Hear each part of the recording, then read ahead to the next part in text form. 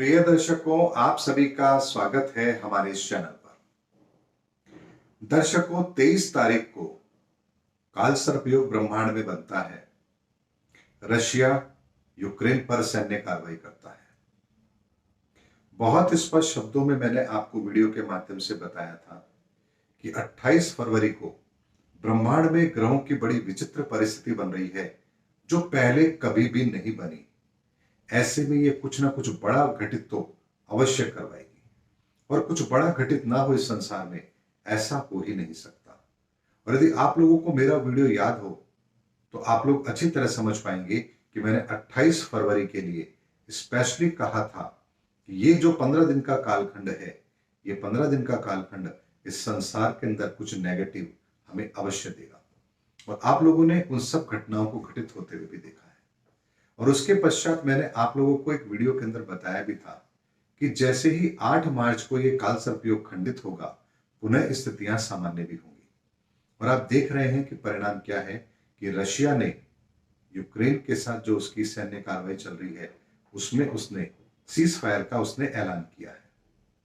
दर्शकों, ग्रहों की ताकत को यदि हम हल्के में ले रहे हैं तो परिस्थितियां कई बार इतनी विकट हो जाती हैं कि जिसको समझना, जिसको संभालना फिर आने वाले समय में हमारे लिए बहुत मुश्किल हो जाता है। लेकिन फिर भी ग्रहों का प्रभाव जैसे ही बदलता है, हमारे कार्य क्षेत्र में हमारा तरीका भी उस कार्य को करने का अवश्य बदलता है। ऐसे में जब विकराल परिस्थिति बनती है तो सैन्य कार्रवाई भी होती है, और जैसे ही परिस्थितियां बदलती हैं, चाहे परिणाम कुछ भी रहा हो, अभी तक उसका कोई सकारात्मक परिणाम देखने को नहीं मिला है, लेकिन फिर भी रशिया को सीज फायर के लिए बाध्य होना पड़ा है। क्योंकि ग्रहों की ताकत बहुत बड़ी ताकत होती है। वो आपके हौसलों को बुलंद भी तब तक रहने देती है जब तक वो ग्रह अपना परिणाम आपको दे रहे हैं, और उसके पश्चात आप फिर वो कार्य नहीं कर सकते, ये बात निश्चित है। अब दर्शकों, एक छोटा सा वीडियो क्लिप मैं आपको यहां पर दिखाता हूं कि 28 फरवरी के लिए मैंने क्या कहा था, और रशिया की इस यूक्रेन के सैन्य कार्रवाई के संदर्भ में मैंने आपसे क्या कहा था कि कब इसमें शिथिलता आएगी, वो भी मैं आपको एक दूसरे वीडियो के माध्यम से बताता हूं। अब यदि इसके बाद भी आप ये कहें कि हम ग्रहों को नहीं मानते, तो फिर आपको दुनिया की कोई भी ताकत ये नहीं समझा सकती कि ग्रहों के बिना हमारा कोई अस्तित्व ही नहीं है। हम बाध्य हैं उनके अनुसार काम करने के लिए। अब जरा छोटा सा ये वीडियो क्लिप देखिए, और फिर आप खुद निर्धारित कीजिए कि क्या सही है और क्या गलत है। जिसमें मैंने 28 फरवरी को ब्रह्मांड में जो ग्रहों की परिस्थिति बन रही है, उसके संदर्भ में आप लोगों को एक आकलन दिया था कि बहुत ही विचित्र परिस्थिति ग्रहों की बन रही है, और बहुत ही महत्वपूर्ण भी है। क्योंकि उस परिस्थिति का जब मैंने आकलन किया था, तो ये किसी दो महाशक्तियों के बीच में टकराव जैसी स्थिति को बता रहा था। यानी आसुरी शक्तियां और दैवीय शक्तियां, दोनों की शक्तियां बिल्कुल समान स्थिति में हो और एक निर्णायक स्थिति वहां पर बनती हो, ऐसी परिस्थिति ग्रहों की वो बन रही है। अब वो समय बहुत नजदीक आ गया है, तो ऐसे में कुछ बड़ा ना हो संसार में, ऐसा तो संभव नहीं है। इसलिए कुछ तो बड़ा जरूर होगा, लेकिन क्या होगा इसको प्रेडिक्ट करना बहुत मुश्किल है। क्योंकि ऐसी परिस्थितियों का निर्माण पहले कभी हुआ ही नहीं है, तो उसका आकलन हम किस आधार पर करें। ये ठीक वैसी स्थिति है जैसे अमेरिका ने सेकंड वर्ल्ड वॉर के समय जापान के हिरोशिमा और नागासाकी में बम फेंका था, तो उसके बाद क्या स्थिति बनी थी, उसका आकलन अमेरिका पहले नहीं कर सकता था। यदि उसको पता होता कि विनाशकारी लीला इतनी बड़ी होगी, तो शायद वो बम फेंकता ही नहीं।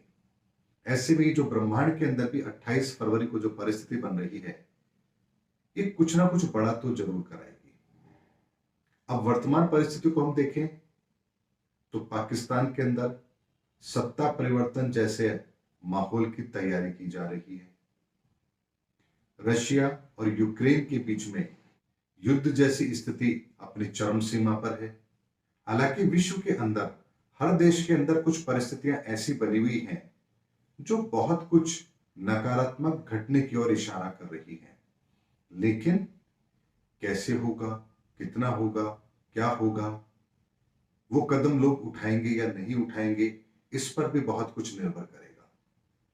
यानी 28 फरवरी तक अगर किसी भी देश ने या किसी भी देश की सरकार ने या असामाजिक तत्व जो लोग हैं उन्होंने किसी भी तरह का कोई नकारात्मक कदम नहीं उठाया तो ये स्थिति बहुत आसानी से गुजर जाएगी। लेकिन इस समय पर यदि किसी ने भी कोई मूर्खता कर डाली तो परिणाम गंभीर अवश्य हो सकते हैं। साथ ही कुछ प्राकृतिक आपदाओं को भी मैं इस समय पर देख रहा हूं। और ये जो दिन है 28 फरवरी 2022 की जो मैं बात कर रहा हूं, इस समय तक आसुरी शक्तियों का प्रभाव अपनी चरम सीमा पर होगा, उसका पीक होगा और यहीं से उनकी शक्तियों में कमी आना आरंभ होगी।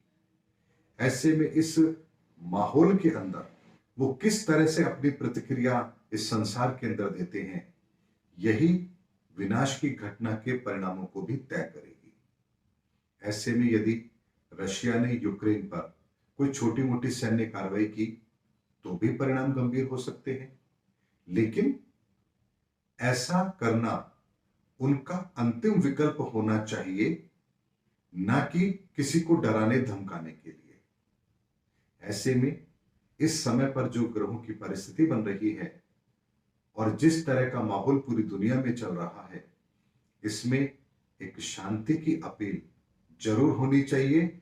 थोड़ा समय यदि हर देश थोड़ा सब्र कर लेगा, थोड़ा इंतजार कर लेगा इन परिस्थितियों के लिए, तो बहुत तेजी से 28 फरवरी के बाद में परिस्थितियां सामान्य भी अवश्य होने लगेंगी।